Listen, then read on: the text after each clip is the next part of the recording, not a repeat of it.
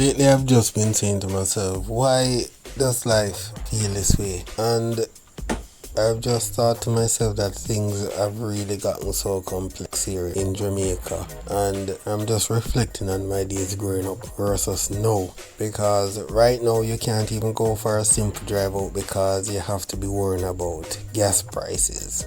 You can't go for a simple day out at the beach because you have to worry about how much it might cost you. You are sometimes worried about how you interact with other persons because you just don't know if they're going to attack you.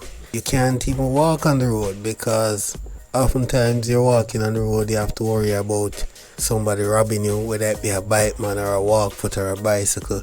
You just don't know, and you just have to constantly be wondering if you are next, whether to be murdered, robbed, kidnapped.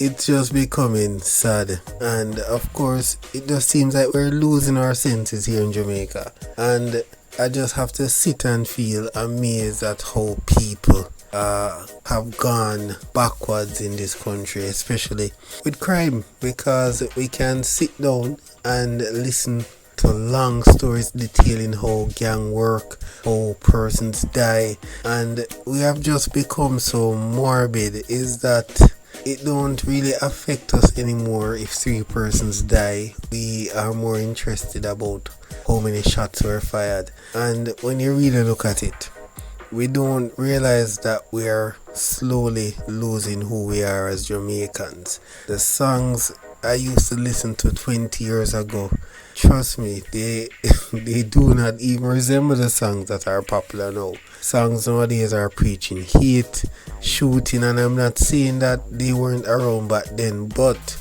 it's just becoming too much. And I don't know if because of its maturity setting in now, but almost every other popular song I hear, it's about killing, shooting. And when you look at societal values, you are living in a compound because there's no more unity in a community. And when you look at it, it's like we're living what 2 Timothy 3 describes. Perilous time shall come in the last days, and honestly, it's getting quite sad. And when you look at crime and economic issues, it was bad, but trust me, it's like unbelievable now. And the sad thing, we have allowed for minority values to become major. We have allowed persons who should not be leading ants to be leading people. We have allowed wolves to kill the sheep and ruffle and record all that murder.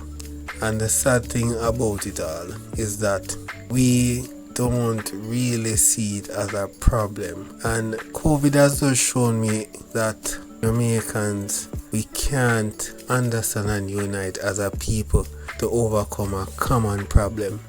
We have become so individualistic, and when you look at it, COVID has really showed us that. Because I'm not saying that person shouldn't defend going to parties or want to party, but knowing how COVID spreads, it's quite selfish to know that persons still out there are keeping parties. And I'm not saying that they shouldn't, because it's a way of life, but knowing the dangers and knowing how frail our healthcare system is, because in normal times our healthcare system can take care of us. So imagine now.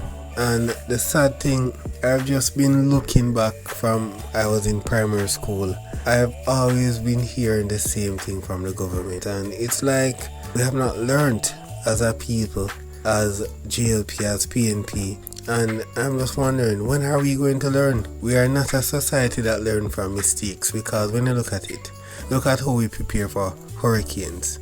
Look at how we prepare for earthquake. Look at how we make arrangements for garbage disposal, farming, water management, housing, crime, the economy, border protection, environmental management, education, skills training. Trust me, governance, corruption. When you look at it, it's just that we're just not learning. And the sad thing, we have just been getting half right. We really have not learned a full lesson that can push us forward. It's either you're green or orange, and it just seems that the vision in Jamaica is division. And we are so close to 60 years of independence, and we have learned nothing.